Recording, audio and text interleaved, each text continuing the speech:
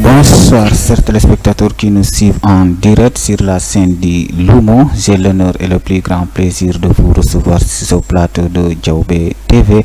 Avant tout, nous allons remercier le Tout-Puissant Allah qui nous a permis d'être là ce soir et remercier le prophète Mohammed, paix et salut sur lui, sans oublier nos braves imams, également salut nos parents, je veux dire nos mamans et nos papas. Également remercier les fidèles téléspectateurs qui nous suivent en direct sur la scène du Lumo. Donc on jarama on weltanama dendagal jodiɓe non dara Diaobé TV ɗum woni fidèle téléspectateur et téléspectatrice wonɓe men e darde en direct ka scène Diaobé TV ɗo hande ko weltare molantede mole wawa on waɗangol on ɗo retrouvé. Avant tout en yettay Allahu lan ɗon taguɗo leydi tagui kam mo sen iwi ɗon yette nelaɗo meɗen Muhammadou sallallahu alayhi wa sallam. sen iwi ɗon wawi yettude kilifaɓe dina e kilifaɓe aada si yawti ɗo yette neneji meɗen e babaji meɗen. Hande kadi nak ko weltare molantede mole ɗon andi depuis campagne on fuɗɗi presque chaque 2 jours mala chaque 3 jours en arday ɗo e homme de politique yewtiden en muɗum ɗo e Diaobé TV la scène du Lumo ɓe waɗa établir programme maɓɓe ha hande nakko hande woni dernière campagne législative wonɗo wadde ɗo e nder ndi leydi Sénégal. Hande nak en yewtiday ɗo kadi e neɗɗo mo andiranta tabarikallah machallah en dehors de la politique ko quelque mo andiranta il a beaucoup fait pour la région de Kolda. Donc wona hay commune Diaobé Kabendou rek hande ko on arduɗen ɗo yewtiden e makko e sengo programme ji maɓɓe e parti mo woni ko ɗum woni parti Pastef mo inne docteur Ibrahima Dia, woɓɓe innamo May ko kanko woni coordinateur comité électoral parti Pastef ɗo e commune Diaobé Kabendou. Donc en yewtiday e makko jonne mo konngol ngol o waɗa so présenté e onon wonɓe men e darde e télé Diaobé TV ko wonani en ka résito ko DJ Douma e DJ Mamadou mo andiranta ko Sare mawde to o jeeya kanuma e DJ Douma Sare Balin. Wonɓe men ɗo darde e nder Diaobé ɗo ɓen fo ha Kabendou ha Soutouré e à travers les plateformes ɗum woni YouTube, TikTok, Facebook, onon fop on weltanama. Donc docteur men salminima. On jarama Jandis min kadi min rutti on salam e ko weltare mawde e ardi kam ɗo hande e ɗo studio moɗon ɗo de bom salamuji ɗi mi waɗa on félicité e vraiment oɗo idée mbo jogui on ha mbaɗɗon oɗo infrastructure onon mbawa wadde communication visuelle et vous couvrez pratiquement toute la commune et au-delà de la commune. Ça, je veux vous féliciter pour cette initiative. Et c'est une initiative de jeunes aussi, en plus. Donc, nous, on croit à l'entrepreneuriat des jeunes. Donc, ça fait partie. Et vous réglez un grand problème de droit qui est accès à la communication, accès à l'information. Pour ça, je vous remercie et vous félicite très chaleureusement. Bon, vous me permettrez aussi de revenir aux salutations de tout ce qui est notable. Nous imam Didi et vraiment notable du Kala dans la commune Diaobé Kabendou. Ensuite, mes salmina aussi auditeurs du Mondi, fidèles auditeurs. Et je pense que ils sont gratifiés par ce joyau qui est là dans la commune de Diaobé Kabendou.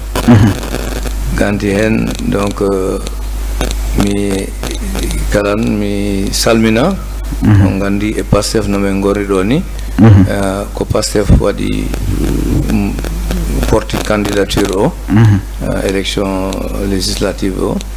Donc kono ɗi yaadi woodi ngarɓe durade ɗum noon enen mbawi wiide tan yimɓe Mimi Touré ɓen Mimi Touré 2024 ɓena mbiyete Aris ɗum ko Mamboy Dia woni mawɗo e dow maɓɓe o e yimɓe Malick Gakou ƴiw oɗo ɗi joɗaniɓe ɗo Aliou Sanoho e mbiyeteɓe FEP Tewfekh voilà Tewfekh voilà.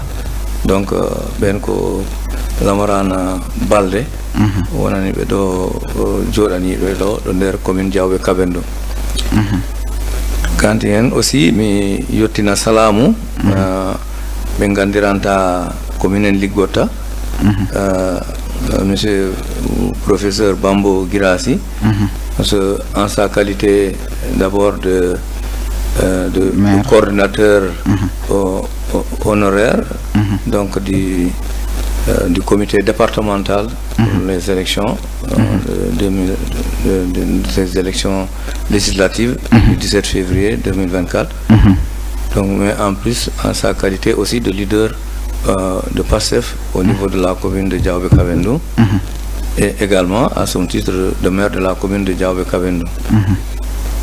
Je vais aussi également remercier tous nos camarades de PASTEF et mes salutations aussi chaleureuses à toute la population de la commune de Diaobé-Kabendou. Et je voudrais aussi tirer un chapeau pour l'équipe du comité électoral mis en place, mais qui s'est élargi au fur et à mesure des engagements.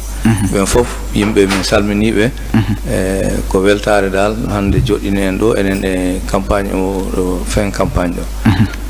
Voilà, e kala woodi tawtuɓe men nder chemin he ɓen kadi vraiment mami salmina ɓe o salamu tedduɗo o wawi hadde ɗo. Ɗum woni docteur Alpha Bocar Baldé kañum wonno ancien directeur Sodagri et Adjaratou Fatmata Sabali et la grande leader, donc leader développement et leader politique. Donc je la salue très fortement. Voilà. Merci, chers téléspectateurs qui nous suivent en direct. Donc, enen nandi ko docteur Mike Khali do kon ender o men en studio Diaobé TV. Donc o weltanike be andiranta be wawi wadde tawtude be pour be wawa yadude e dido élection ji législative. OK, docteur, donc revenons un peu en tant que coordinateur du comité électoral du parti PASTEF. Arten ngon sengo ko honno dum do yari ha wadda coordinateur woni ko an woni jogade dum dans la commune de Diaobé-Kabendou. Bon, wonde comme coordinateur, c'est co-entente des membres de PASTEF, les responsables, mais Jodi, les gens ont discuté, alors ils ont désigné à lui dans l'entente de tout le monde, et ils m'ont désigné comme coordinateur donc du comité électoral communal. Voilà, c'est ça, c'est aussi facile, c'est dans l'esprit de PASTEF. Voilà. Merci. OK, merci. Donc ko enen nandi ko docteur Diaw Khali kon donc ko entente esprit de PASTEF e jodi be yewtidi wada coordinateur comité électoral dum woni dido campagne ji di andiranta ko dim watta do ni e dim wona wadede hande woni fin campagne élection ji dim watte le 17 novembre 2024 e der leydi Sénégal ndim fop. Donc ko hombo programme PASTEF holli population on ha damini da docteur Diaw himbe ben fo no gomi on. Voilà, pour artigol et rappel, et que mot d'ordre ko wiya ender campagne men lara hode cadele population o wondi et dum non di wadi important on décision ko bangra ko parce que si alari député ko wire député du peuple. Député du peuple, et il représente le peuple à l'Assemblée. Et également, c'est lui qui défend les intérêts des populations. Et c'est pour cela qu'il porte l'appellation de député du peuple. Il participe à suivre le suivi donc des actions du gouvernement, mais également il participe à légiférer sur les lois du pays. Donc il est entre les deux institutions, les deux autres pouvoirs. Nous on est le pouvoir judiciaire et le pouvoir donc gouvernemental. Donc voilà, donc c'est cette relation wadi ha yimɓe député ji ɗi si campagne waɗi han ko ɓe cuɓoro caɗele yimɓe gondiɗe nokkuji mumen ɗi. Voilà, donc ɗon woni esprit mo gandanta woni orientation première. Bon, donc e gonɗon sengo ɗon e esprit d'orientation donc entre moɗon ɓe andiranta ɓe ƴettama ɓe waɗama investir ko hombo e hombo waɗa investir pour le parti PASTEF e ɗiɗo élection législative ji e nder o département mo Vélingara. Voilà, bon, c'est honorable Ibou Gueye et avec sa colistière Safiatou Sow ben bada investir bon sur la liste nationale bodi Nabou Bayo Nabou Bayo donc là les autres suppléants qui sont du département il y a Sangé Mbalo et Sangé, pardon, il y a Sangé Diao, Mamadou Sangé Diao et Madame Mané. Donc Ben Goni, liste suppléant. On la parité exige homme, femme ou femme, homme. Voilà. Ben non, au passage, mino salminabe, mino yabe, en tout cas, on diarama parce que ça c'est dur la campagne. Il devait sillonner tout le département. Voilà. Ok, merci Dr Mike. Donc Arten Seda Bao et Sengo parti PASTEF parce que tu fais partie parmi les gens be andiranta ko hibe tawa e ko immini parti PASTEF pour ne pas dire ko an addi dum der commune Diawbe Kabendu mais hida tawa e immimbe parti PASTEF e der commune Diawbe Kabendu mais en hi ka local ji ari ha onon parti PASTEF on yahi on famondirani be wadi investir maire goddo après en wada détacher parti PASTEF on yahanda horema local dini kon wanno ha wada détacher parti PASTEF on. Bon dum di wadi simple parce que no parti o no ardini e darnde amen gonnode hende e minen dal men banno yakar no fuddorani men ponno wadde respecter problème di men gondi e leydi hen awa waoyi dal no waini bon wana parce que mi waɗaka investir mais investissement investiture yiɗi yarani no fonno yarude ni parce que min gaynano wadde mettre en place section communale ko section communale si joɗima han ko fonno suɓade candidat awa ɗum heɓaka waɗede parce que lenteur ji kewno et en tout cas coordination départementale o wawani wadde réaliser la mise en place de la section communale. Si section communale wanno problème goddo wotano parce que elle aurait le droit à la désignation du candidat de la commune en tant que candidat pour la mairie. Ça ne s'est pas passé comme ça. Et bien naturellement j'ai informé aussi à qui de droit. J'ai pris mes responsabilités. J'ai demandé aussi aux gens, et je les ai dit ça, parce que si on ne parle pas si on ligori mais moi je dis que je ne marche pas avec ça et j'ai pris mes responsabilités. Bon, c'est comme ça. Bon, c'était pour prouver aussi que on ne doit pas faire ça.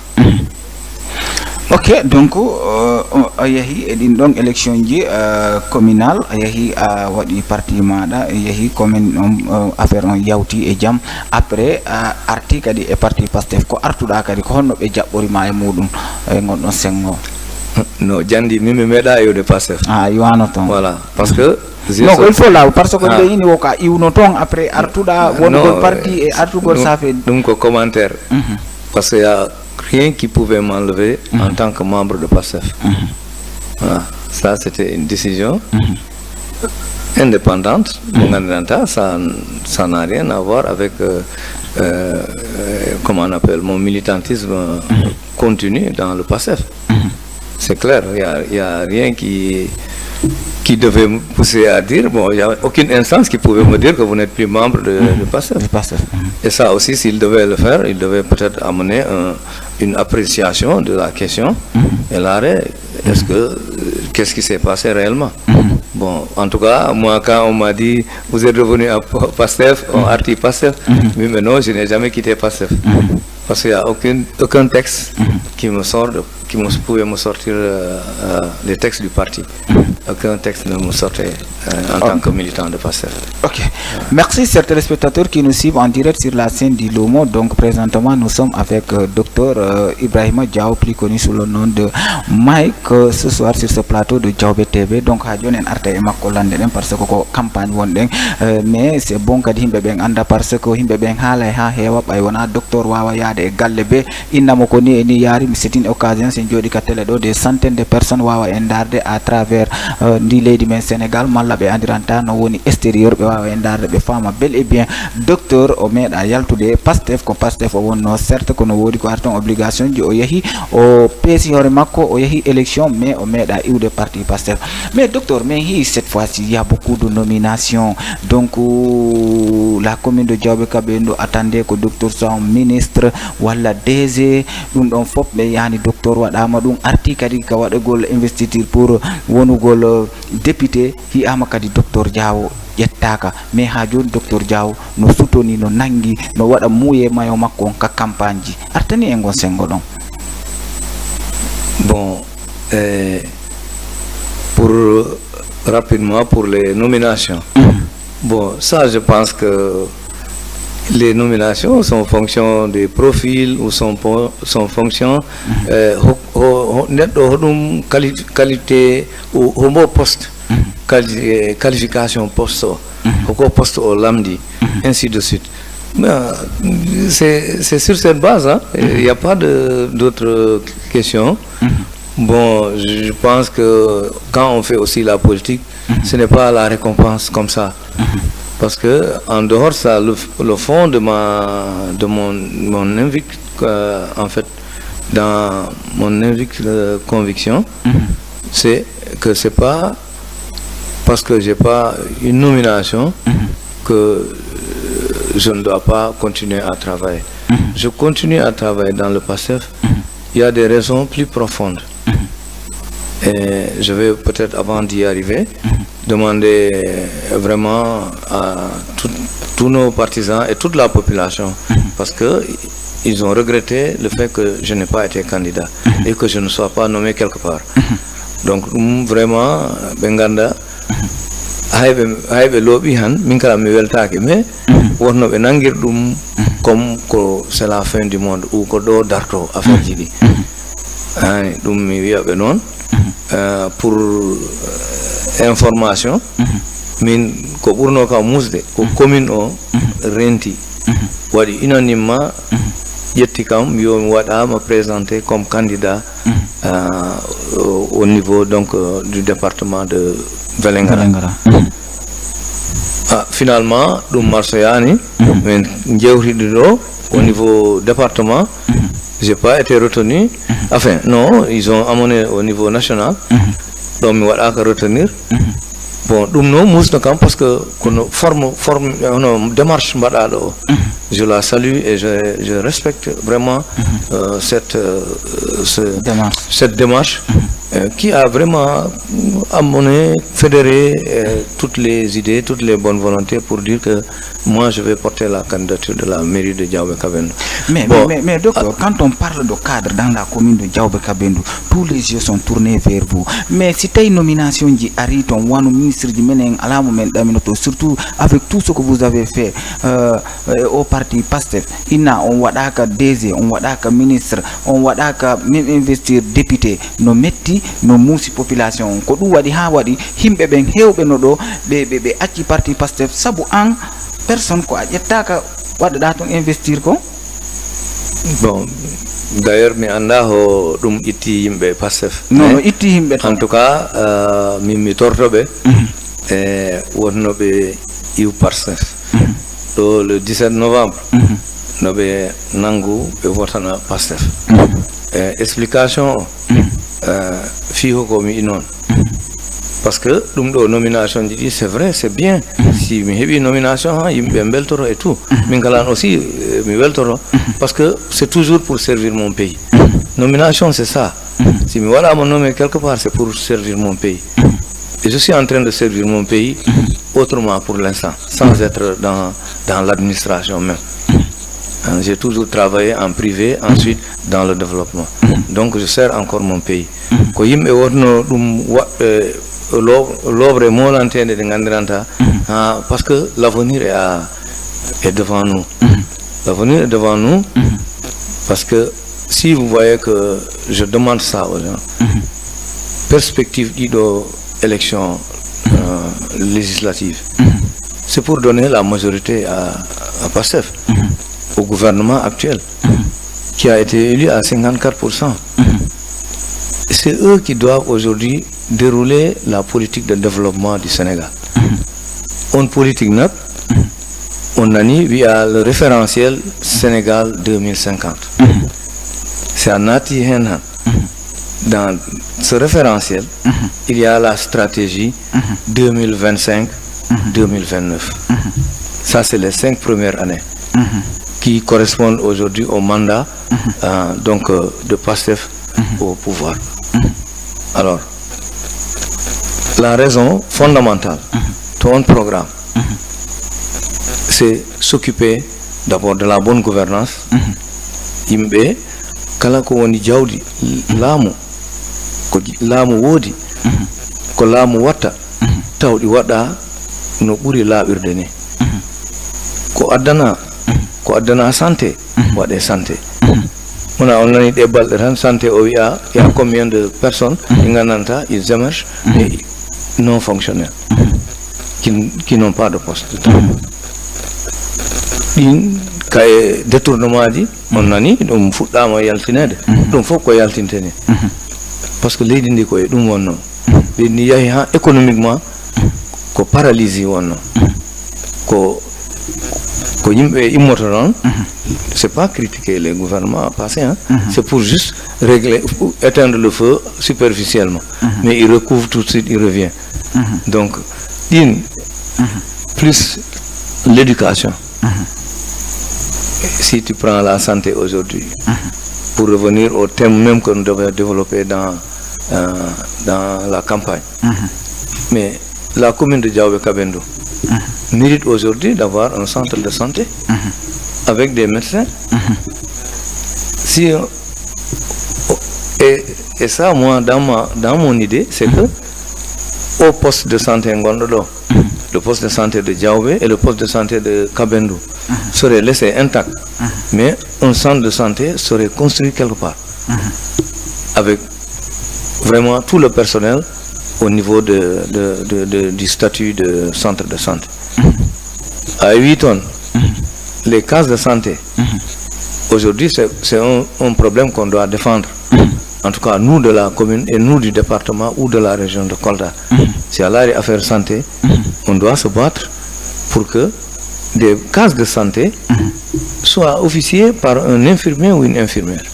Donc ça, c'est des exemples de Ngandranda que nous combat. D'abord les ressources, la valorisation de nos ressources.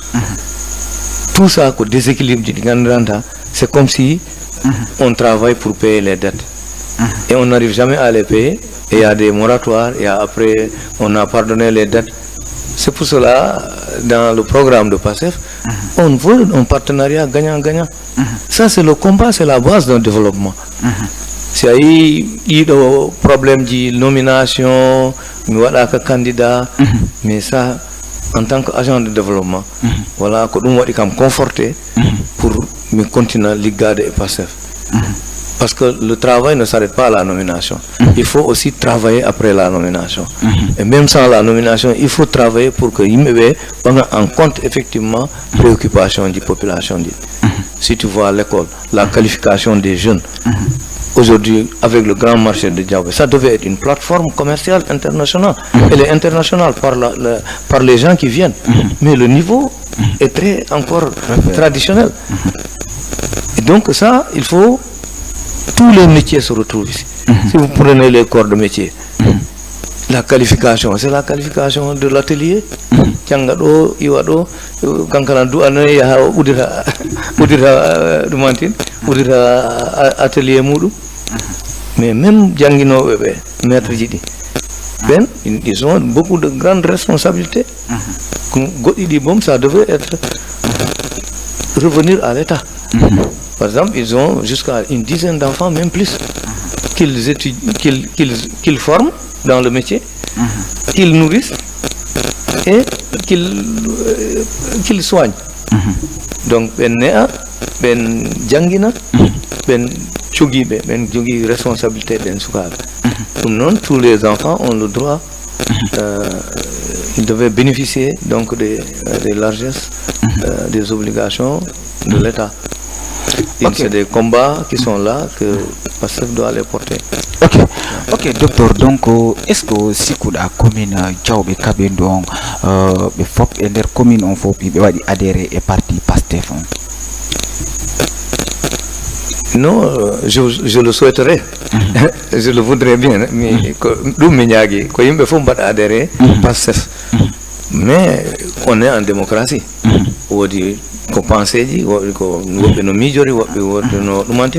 Il faut respecter ça. Mais mon souhait qu'on soit majoritaire ici. Parce que les problèmes que nous évoquons ici, parce qu'on a vu par le passé comment ces problèmes sont arrivés petit à petit. Et ils sont devenus comme un océan. Donc, on va dire, dans cette nouvelle gouvernance, et la rigueur de la gouvernance, et aussi le référentiel de 2050, peut-être à d'autres occasions, sur le référentiel et sur la stratégie 2025-2029. Ok, docteur, commune Diaobé Kabindou a beaucoup fait pour le parti PASTEF depuis 2021, étant en opposition. Parti PASTEF on kala ko be memini commune Diaobé Kabindou naati hen wano manifestation ha garage bonnama hen wobbe warama hen wobbe koyde mun tajama hen ha hande PASTEF woni pouvoir. Il y a de cela 6 mois, mais commune Diaobé Kabindou wadani reconnaître hore mudum kander parti PASTEF ton. Est-ce que on en tant que dirigeant du parti PASTEF ton parti en personne no jogani on reconnaissance no jogani on teddungal e sengo ko Diaobé habani parti on ko fop ha hande ka yata do? Bon, merci. Pour commencer à répondre à la question, mi yidno salminde sukabe parce que PASTEF no ardi do ni ko cukale tan wonno do mi ari mi tawibe ha wobbe di wi'a ko min addi PASTEF do mais den cukale déjà natino e esprit PASTEF. Bon, mi salminabe do, ça vraiment ils ont eu un grand mérite. Mi wadi accompagné mais gondi de côté 2000 avant entre 2017 2019 ko don wonno on période. Donc dum da dum ko hebi en do ko vraiment yimbe fop di Moussa dum. On regrette amèrement ce qui s'est passé et toujours nimbe hali o nde toɓɓere rek ma yimɓe tore muñal e njaaɓe ɓe Allah yurmo yaafoɓe e min dinde e hoore am mi continue toujours do anagol ɓe parce que ko o combaɓe maayi et puis ko sukaɓe ɗum muusi vraiment ɗum période muɗum yimɓe jiitidini e parents ji ɗi et tout mais ano andi ɗum ɗo ɗum ko c'est à jamais quoi wonta e neɗɗo enen fof nak min waɗi déploré oɗo situation ngal Allah par ce politique jarani ha ɗum ɗo mais nak ko parce que esprit démocratique woni ala manifestation waɗi yimɓe ala ɗo hare forani ɗon nattude mais malheureusement on avait devant nous la répression sans retenue et j'ai assisté à beaucoup de situations à Kolda qui étaient déplorables. Les gens qui ont été blessés, les gens qui sont morts. Après j'étais là avec les parents. Bon, pour en termes de reconnaissance Johnny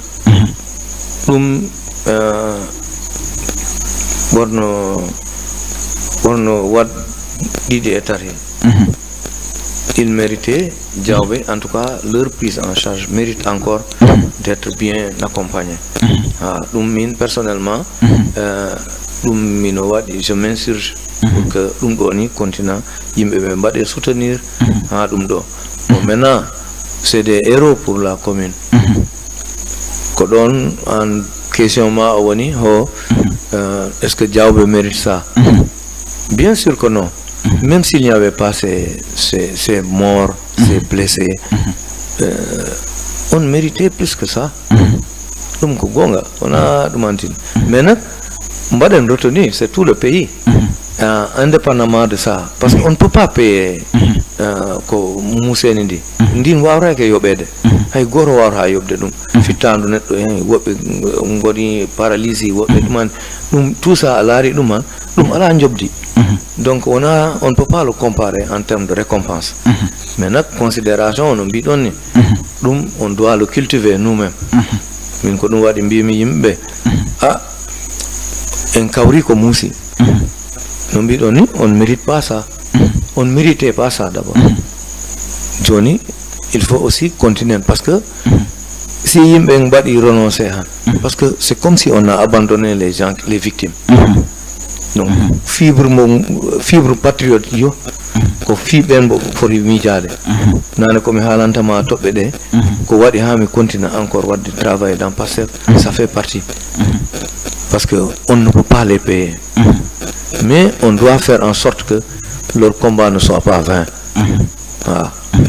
Yimbe be nomination wata dum récompensé et mbade gol candidat député wata dum récompensé même si population ko dum falano wata compenser situation musendi mais ko to remimbe c'est encore d'être plus fort pour be buran nangude Pastef et c'est au bout de l'effort les récompenses viendront.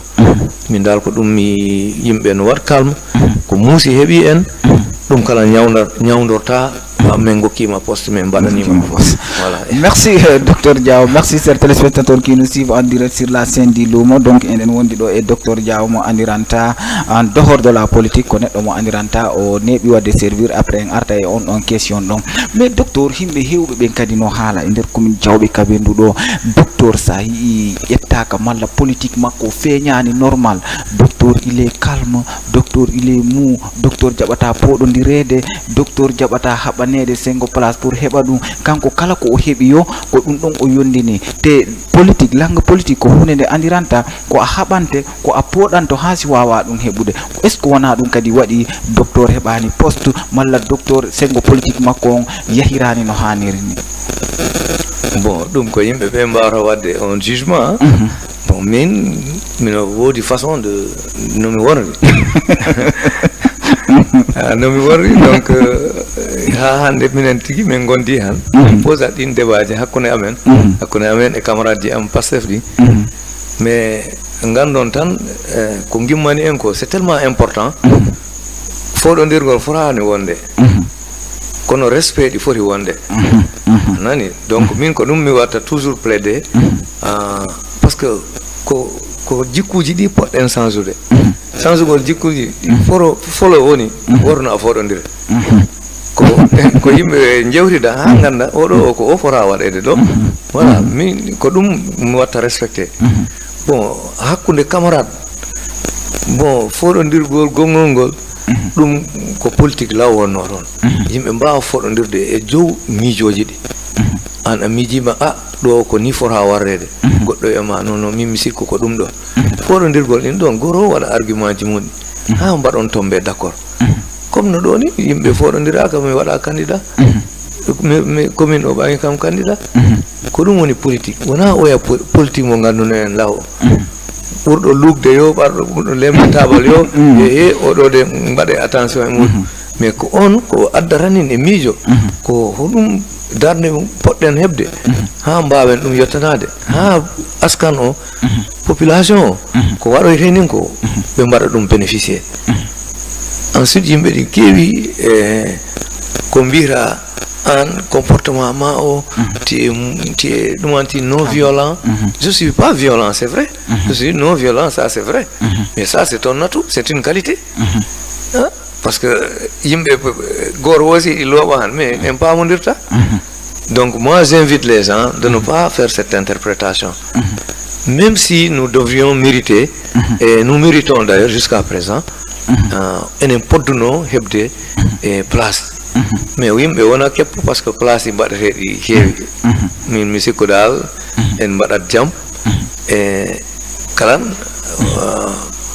ko ɓuri hewde ko yimɓe poto andude kalan place o ɗi moƴƴi kono ko fota waɗede ko parce que mi ɓanga misal si min mi waɗama place mais yimɓe jelo mi wata wadde feere ɓe nattina ɓe keɓa place andu ɗum ko ɗi famɗi mais cukale jelo pori heɓde place ɗi jooɗi min mi sikku haɓanegol ɓen mbaɗane centre de formation professionnel wona jande ni tan ni a janggat ha niveau a heɓi bagage a heɓi base on base ana wawi ɗum yarde nata école professionnelle ɗo d'ailleurs ɗo Diawɓe moi je propose ici que centre de formation professionnelle technique par exemple mi ɓanga gestion ici commerçant ji hewɓe ɗiɗo hono ɓe warata gérer ko de père en fils mais loi texte ji ngoodi liggoranji ɗi ngoodi jo internet o yahi e nouvelle technologie yahi ha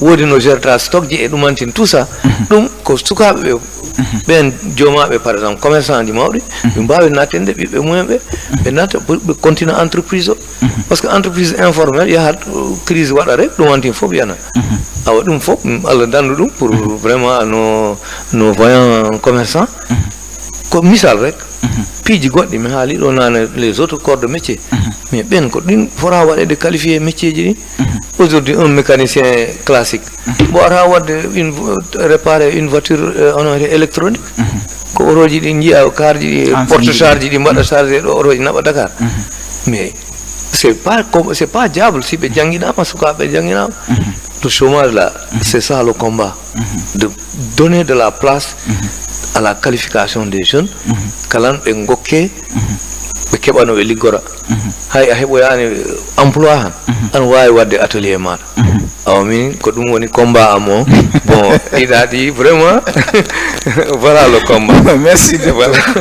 Merci beaucoup vraiment ko ni yarta ɗo e Diawɓe TV la scène du luumo mais docteur kadi ha joni docteur kimɓe ɓe mbeynayi docteur ko homme de développement parce que kala ka développement wanta docteur no ɗon docteur na on politique parce que sengo politique docteur comme no mi haaliri nane ni rek ɓiyatamo mo haala parce que hande si a daari e nder région Kolda o e nder commune ji ɗin ɗo fof alla ka yahata projet docteur Dia mo andiranta ko kanko woni président on ɗon projet o waɗani ton classe ka poste de santé ji ala ka jardin alla ka sengo ka docteur ala e memude mi waɗa hay o heɓani place mais a yawata nande ɗum docteur an ko a waɗu préféré waɗa hunde nden nde suuɗe harande andinaka yimɓeɓe comme no ɓeya wattani ara okkira 1000 francs adda caméra ji filmé an ko a waɗu préféré waɗa hunde nden nde waɗa sokkasi walla ko ɗum addi ha hiɗa waɗa ɗum ɗon hara hay goto anda jandi merci on question réponse mum folo woni ya tellement à faire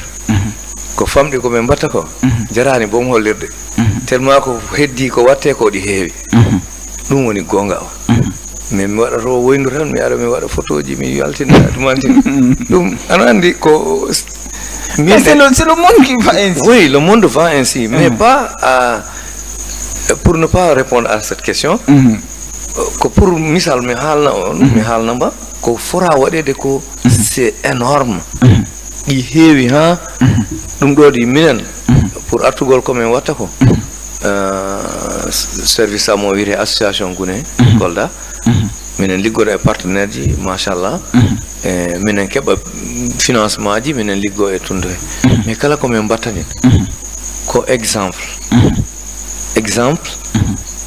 pour yimɓe ɓe ganda ɗum ɗo c'est possible a haali ɗo fi jardin ji ayi marché Diawɓe luumo ngo si a yi ko arta ɗo e légume ko iwra duraji goɗɗi leydi ndi le Niay ha Richard Toll ha Saint-Louis ha Dakar ɗum fof iwat toon adda ɗumantin camion ji jelo mi anda jo ko fréquence nombre camion ko addata ɗo chargé ɓe garta ɗo ɓe gara ɓe juppa ɗuma o yeye mais ici minen comme badani périmètre didi il y en a un peu partout hein. Il y a maintenant peut-être une quinzaine ou une vingtaine à peu près périmètre didi ko rewbe badna mais badi ko pour hollirgol ben mbawi hebde périmètre ben ndema be ngara production mabbe be jeeya dum do marché do mais objectif o hay pouvoir public dit hay même les communes dans un autre cadre parce que parfois c'est pas des compétences transférées mais dans le cadre des partenariats ay le relèvement économique quand tu parles économie tu ne parles plus de compétences transférées il faut quand c'est socio-économique on peut faire intervenir d'autres programmes par le partenariat mais minen limite ameno ko hollirde hoodi wawi wonde jawbe do misikuya un périmètre de 2 hectares ko 120 femmes honoron ay kabendu et un périmètre de 10 hectares mais minen ko 2 hectares rek men bawi wadde clôturer men badan dum ndiyam men bad dum solaire et autres mais ko pour hollirgol dans ces zones do wona do rande mais wadi invité sur le plan du développement mais il dit des responsables de l'ancien régime mais bibe mbade ko wiite économie d'échelle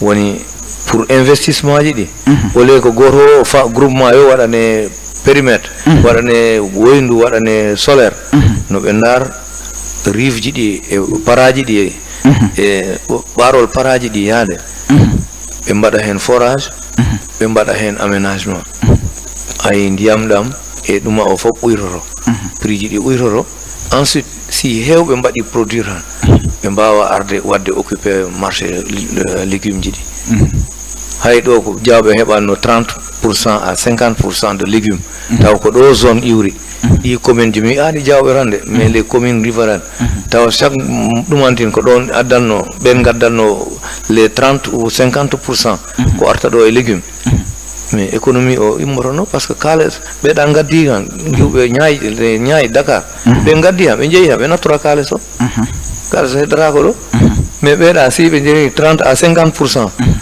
en fournissant des légumes dans le marché de Diaobé Kaben du Lumo mais on kales il reste ici alors dum ko invite membadi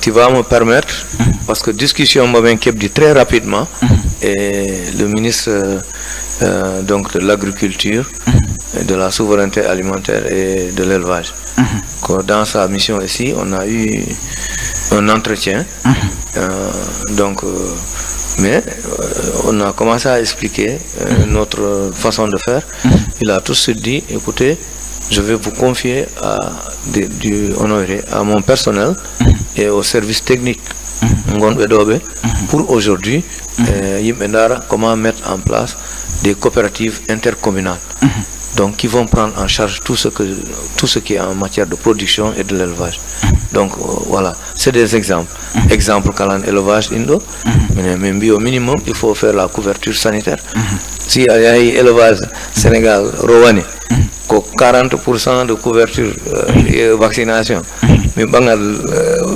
misal on a été gertode meden den ko yoko warta dum chaque année 100% chaque année alors que on si voilà me protéger mais c'est un bien voici des notions d'inganderanta ils sont fondamentales mais mbawra dum wadde minental mais mbadi démontrer c'est possible Hayward Gold poulet de chair, on a démontré ici que c'est possible avec les jeunes et avec les femmes qui continuent. Donc, mais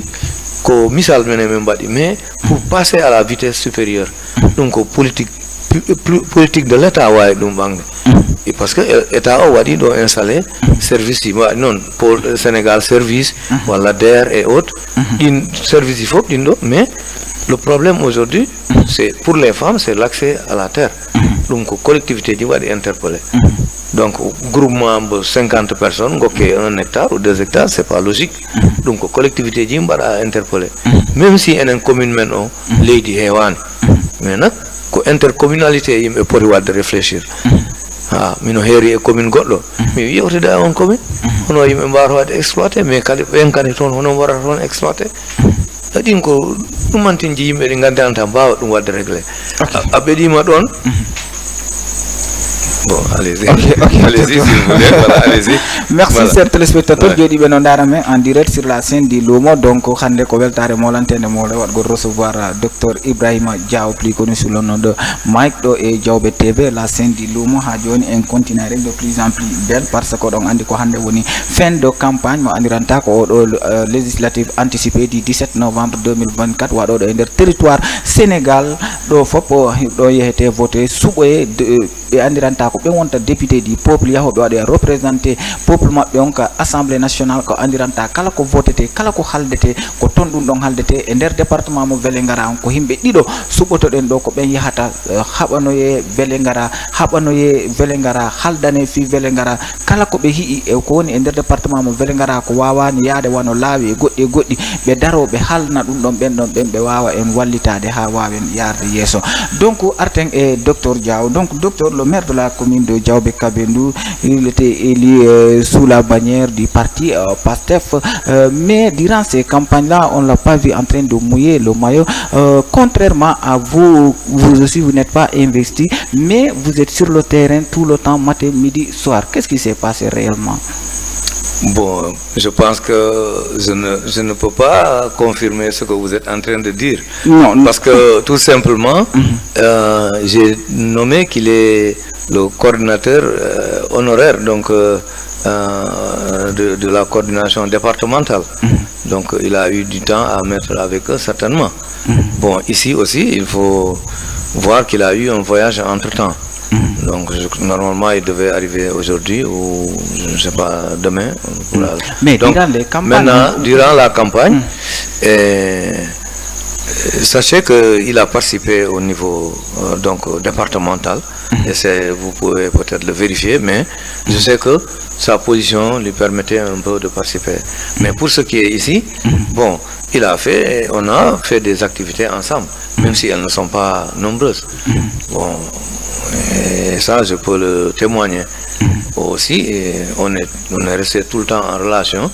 On garde Goddi Maudo Kalandi Sangi et groupe parce que Mako on a en position Mako moi que je vais voir, je vois aussi que il y a aussi que il est un sage dans aujourd'hui dans le parti patriotique. Souvent no discuta hay sa nari ka dumantin gandi din ko dum doni hol depuis campagne din fuddi e der commune Diawbe Kabendou.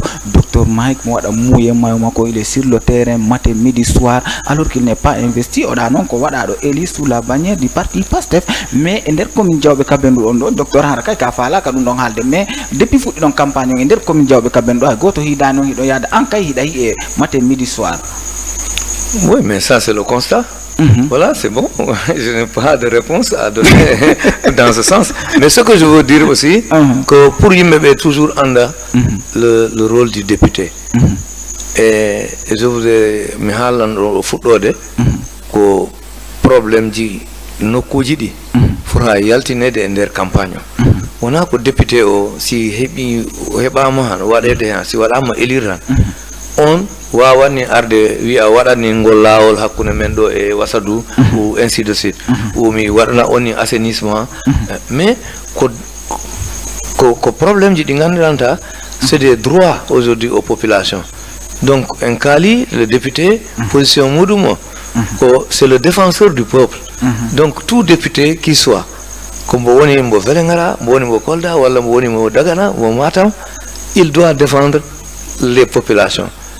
D'ailleurs les députés disent si goɗɗum problème mantini ha ɓe mbaɗat commission va étudier tel problème dans telle localité. Et nous aujourd'hui notre combat c'est de prouver que nous sommes là engagés et qu'on a des problèmes en kali do ko heewi problème e memani feccere problème ji poɗari haalede pour la commune de Diawbe Kabendou et pour même le département de Vélingara, même pareil pour la région de Kolda. Donc cela, ça veut dire que nous, notre position doit être claire. on est dans PASTEF, on parle de développement aujourd'hui. On veut que ce développement-là, nous avons les potentialités. Kala ko imminda do ko wayno ndema e aynako ngaynaka et tout ça est production, marché, commerce et les corps de métier. Tout c'est possible ici. Mais si aujourd'hui mon combat et que j'insiste encore que on a yimbe fom ngarna ko dum woni combat men Allah ko okki en ko machallah okki en diam okki en leydi okko en nokku mo gandiranta di wad lumo international dum woni jawbe e joni ko gouvernement ngarodo ko député ji kala darto et population tigi darto pour dum wade vraiment que ça soit clair. C'est le combat. Et pour ça, je demande aux gens de croire au projet PASTEF. On a pour Ande ou toi ou moi, Dr Diao, on a donc pour honorer population. Puis du hay do de miotade e mara ko karakam yawri di gawi ade.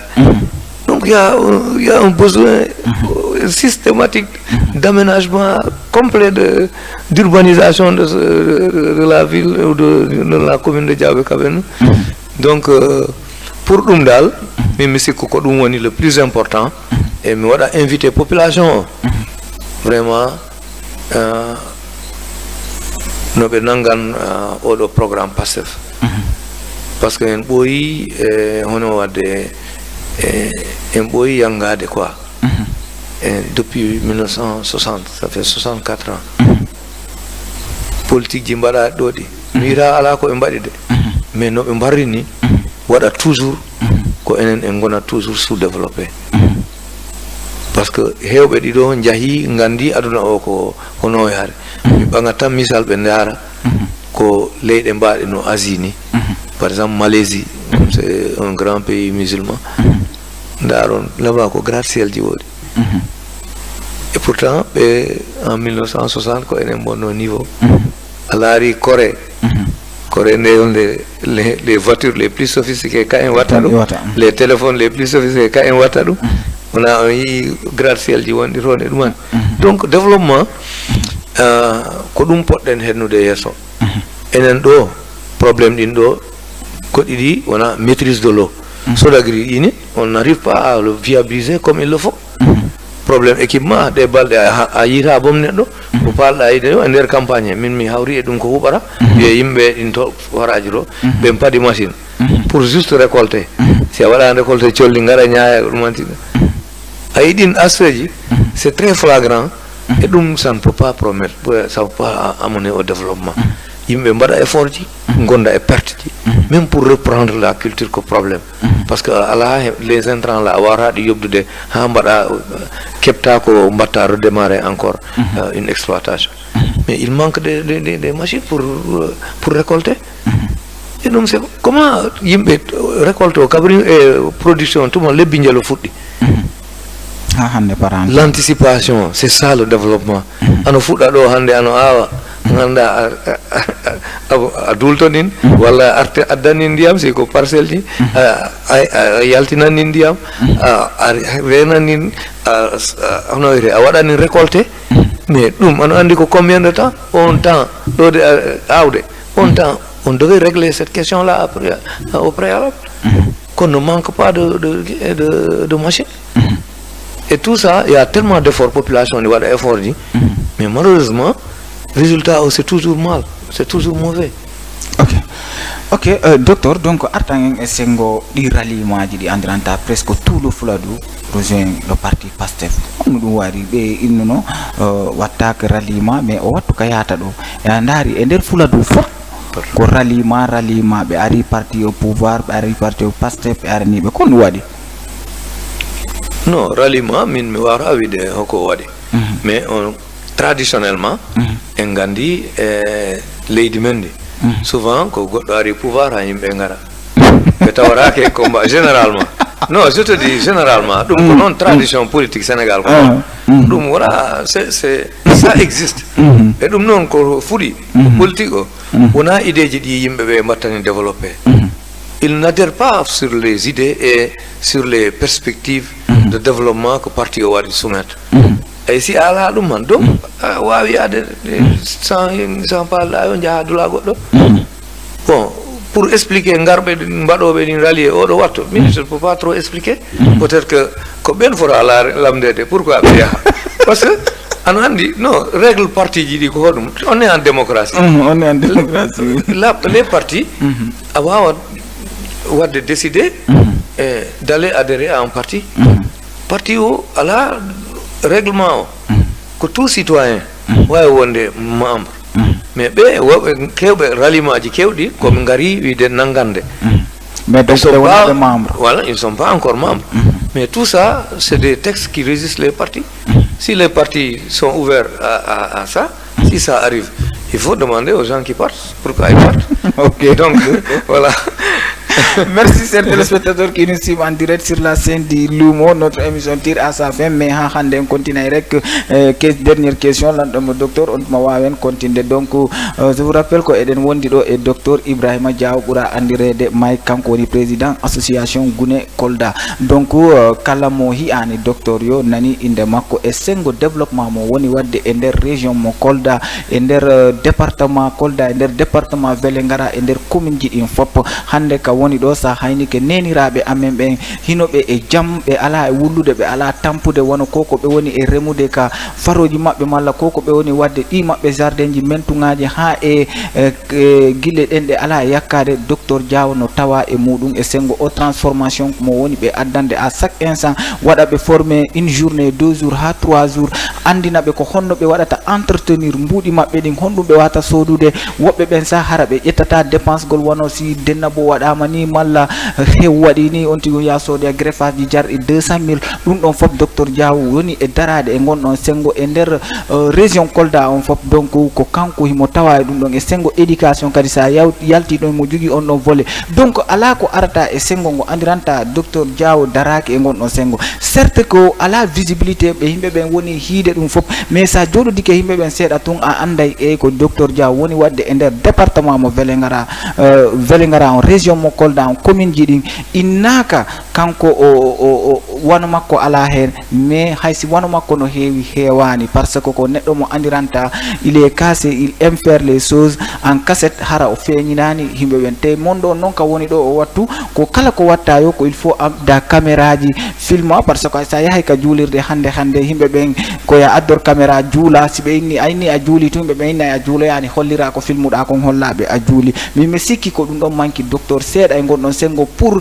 himbe ben anda e ko woni wadde kon e santé woni kala ka yaada e der poste santé wondo e der région Kolda docteur Diaw association Gune be wadi don goddum e sengo éducation kala ka yaada e der école ji din a taway docteur Diaw si o darnani salji tati salji nayi a taway salmo goto e mo darnito e sengo sukabe be andiranta kadi hewbe no do donc docteur Diaw no darani be ha hande ka yata do hande nakko kanko hebuden plaisir wadgo recevoir do de wano mo invitude na nono min kadi mi artaka émission modon do parce que kon sukabe mais d'après campagne din ko ruki kon fo ko hi ko auto addi mo do hari be campagne émission o normalement ko 20h fono den fuddade mais tay ko iwata ton no woddi wadde mo patienté ha hewti waden fuddade 21h donc ko cadre molante do mole ko dum wadi ko wada nomination ministre ji docteur Diaw yettaka ko wada nomination DG ji docteur yettaka investiture ji din ko ari do kadi docteur wada ka tête de liste si himbe ben lobi parce que be andi potentialité docteur Diaw be andi kadi capacité madam ko dum addi docteur ha himbe ben lobi antigi awata lobude mais population o lobay puisque neddo si a daranike mo a wallimo kanko mo andi da jogi odo capacité da foti wonde odo poste on don poste ari jonnama goddo on don kanko on haysi tay a lobani kanko on o lobay donc ko dum andi ha population on fop wawi lobude e gon on sengo donc men lando mo dernière question on docteur Diaw e sengo dido élection ji honno hirudaadi surtout e der commune Diawbe Kabendudo en tant que mo andiranta kanko woni coordinateur comité électoral daminiɗa Pastef gagnoto e der commune Diawbe Kabendudo à 100% walla a hirani dum don non pour gagner gongol. Voilà, donc avant de me répondre question ma ici on a question mi da wadde publicité mais ko conscience waɗi noon par ce que a yii ko nane mi yima ko heddi ko watte ko minen ko exemple mais okkiri mi haali on ɗo ko exemple nde on combat o ko pouvoir public ji ɗi mbawa wadde réalisé à l'échelle parce que potentialité économique et agronomique et vraiment on a un bon site, de bons sites pour faire la production, pour faire l'élevage. Et d'ailleurs, au passage, il y a le vol de bétail qu'on n'arrive pas à maîtriser. Donc, ça dépasse les populations. Et les gens sont menacés dans leurs biens et dans leur effort de production. Ça, c'est un combat.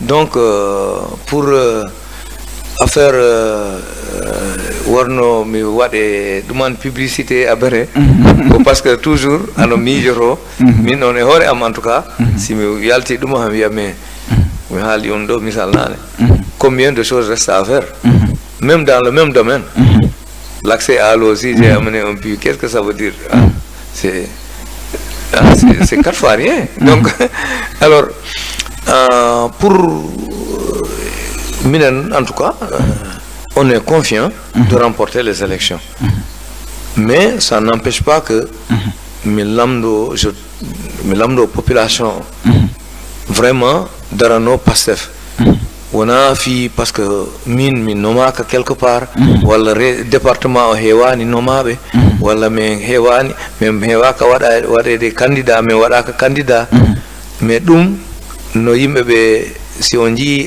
question ji ɗi no posera ɗo e parce que émission ɗi raɓɓi ɗi mais enen fof enen gandi ko mburten nin ko in condition ji député o c'est vrai ɗi wawno hen wadde contribuer pour ɗaɓɓitgol solution mais les vraies solutions c'est le gouvernement qui va les faire awa ko ɗum waɗi gouvernement o nak il faut lui donner les moyens de le faire hoɗum woni moyen de le faire ko gokkomɓe majorité à l'Assemblée vraiment min ko ɗum mi tori parce que oɗo en tant que expérience ammo e nder ngalu liggagol e développement ko nouvelle hono wiyete laawol kesol ngol ngandinanta ɗi huufi caɗele ɗe mi wiyani gouvernement arannina ɗo e 2029 caɗele ɗe fof ngal mais en taw en pokkirat parce que caɗele ɗe ɗi heewi tellement il faut ko pokkir hen si a fokkiri han toujours a heɓa courage kontingol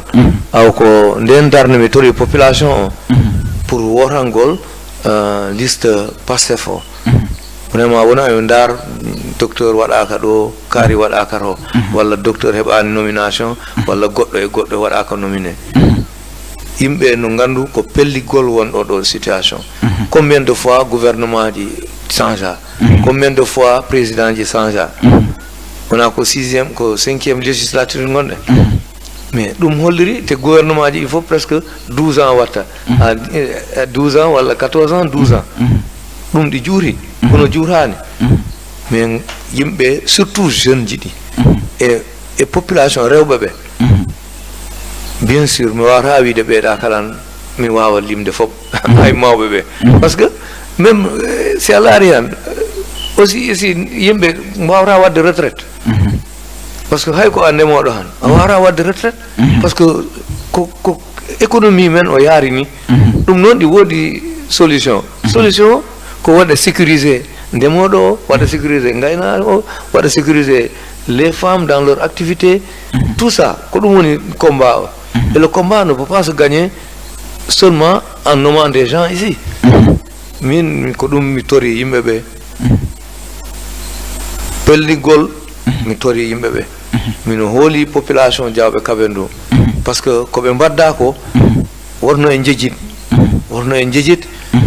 ko muusi ko keɓɗen ko pour le récompenser c'est pas une nomination mi haali ɗum mais c'est vraiment naɓen Pastef gagnant en ɗo fortement Pastef gagnant ɗum kala hollirat position Diawɓe c'est le mérite ko mérite on mérite nak wawa uddide ɗiɗa porte ji kalton nin ɗoy kono wayno goɗɗo nomama Diawo heeɓi place to ainsi de suite mais yimɓe non gandu ko programme Pastef o mi wi on hay min mi heɓi place tan yimɓe jolo mi wata en wadde emploi ndeyol les emplois plus de 70 personnes capanɗe jeeɗɗi capanɗe jeeɗɗi o neɗɗo e liggoɗo service am ɗo sur domaine ji kewɗi kono ndeyol nde min ɓurta wawde okkude place par ce que ɓen fof ko yimɓe région Koldaɓe donc min ɓurta wawde okkude place ndeyol nde ko goɗɗo waɗama député hen mais si en min wona ɗum lomni kam ko lomni kam rek e nder affaire o ko commune o ko ƴetti kam mi waɗi kam candidat si ko min tan wonno candidat han ay 20 candidats de députés pour le département, le petit département de Vélingara. Min ko ɗon mi waɗatno retirer candidature am si ko hoore am mi wanno candidat c'est pour vous dire que min le combat dépasse ma personne. Donc population o rewɓe ɓe surtout e jeune ji ɗi mi torima on guddit hen mi ciwtoro en seeɗa passé politique o politique o kabrin fuɗɗa hono yarata ni yimɓe no dartu ɗum ganda vote o ko vote utile okka régime actuel président Diomaye Diakhar Faye okka mo large majorité à l'assemblée on nak wawa wadde loi ji kewɗi ɗo ɗin ko frein ji au développement ɗum c'est incroyable ɗin loi ji il faut que député ji gonɗo par ce que mbawa ɗum ittude par ce que ɓeeɗa on jii ko honno wonde darde mumen nde ko pour ono wiyete c'est pour bloquer le pays ono wiyete la motion de censure le refus d'abord de recevoir le ministre des Finances et de l'économie pour faire le budget de 2025 hay o précipitation ndeyol nde ko ɗo e décembre hubde il faut budget 2025 ko waɗe ay ɗum fof ɗin ɗo gandan ko kala banteji gonno yesso men voilà c'est ça que je peux dire non c'est vrai et ça c'est dangereux pour un pays politique wiyaka ɗum politique hay ko on adversaire tan ko to idéji to fotɗon wadde combattre wona haalaji ɗi moƴƴani d'ailleurs ɗum ça va changer inchallah garoɓe nin ɗo la prochaine législature on prie que le PASTEF soit largement majoritaire mais on dit à discipline wodat par respect aux populations.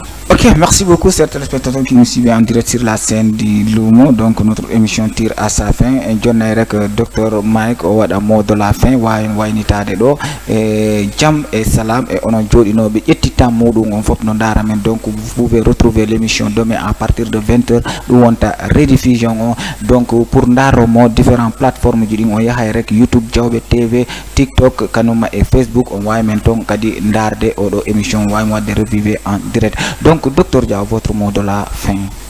Oui, surtout mi yafno yimɓe ɓe par ce que haala welani surtout min haala am ka jilni haala pulaar français donc yimɓe vraiment mi torima un grand pardon mi yahanni mi waɗani alphabétisation inchallah mi waɗa alphabétisation langue ji tati mandenk pulaar e wolof inchallah mi waɗa ɗin alphabétisation pour mi wawa haalde clairement langue men national ji ɗi mi jaari donc auditeur ji ɗi fof e auditeur ji monɗi e onon tigui station o nane mi fuɗɗuno on wadde félicité mi waɗa on félicité mais pour terminer le mot de la fin que PASTEF remporte au soir du 17 novembre les élections législatives à une large majorité. Et chère population de Diawɓe Kabendou, je vous demande de participer et en victoire. C'est historique. Il faut que ça soit historique. L'avènement du président Diomaye Diakhar Faye a été historique et il faut qu'aujourd'hui législation Garolo ça soit en majorité historiquement reconnue dans l'histoire politique du Sénégal. On jarama. Merci.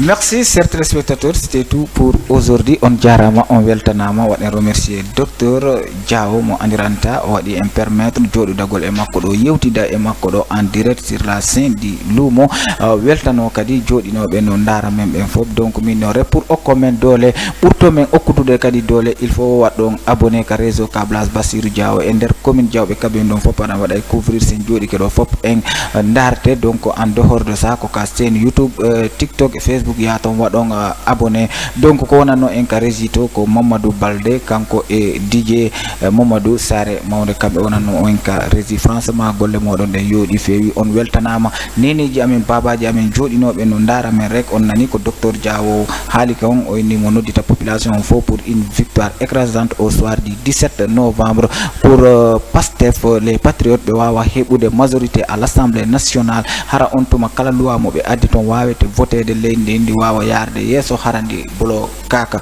donc onon fopi don andi spécimen mabbe on dum woni wilteji mabbe di sa yahi da andi honno votirta donc onon fopi don nodda surtout les jeunes les no maman aussi don nodda yalton onon fop yalton ñiñande yehen voto yen massivement pour himbe be wawa andude population on yalti holliri soit mudum on kala subaado yo ande ko do suba mais hara on wonani ka der galleji rek ronkon yaltude donc yido ñaaga onon fop wawon yaltude yahon voto yon vota non be andiranta tabarikalla machallah ko be wadoyta représenter ka assemblée nationale donc kala jodinobe no ndara men on weltanama moƴƴa wona seeda onon fop on jarama on weltanama men jonna on to rendez-vous nyande go on andi ko hande woni fin de campagne jango ko repos faddi jango woni yagol vote yangol donc voter dans la paix dans la transparence haray goto habaka hay goto sonkidaka mo yiduda on sa ari yettu kartal makko ngal yaha vote ya. Je vous rappelle aussi ko 41 liste won ton di screening di kambe 41 aray konta kanji 41 donc wada choisir hara on faljani dartino don ha mo jaber mo fala don votande on yetto mo yaha tumbo mo ka enveloppe donc on jarama on weltanama. C'était tout pour aujourd'hui. C'est ça, c'est la vie, chaque chose à son temps, rien ne peut lutter contre la volonté de Dieu. Merci beaucoup, on vous aime, on vous adore. DJ Douma, bye bye, on jarama halawol gongol.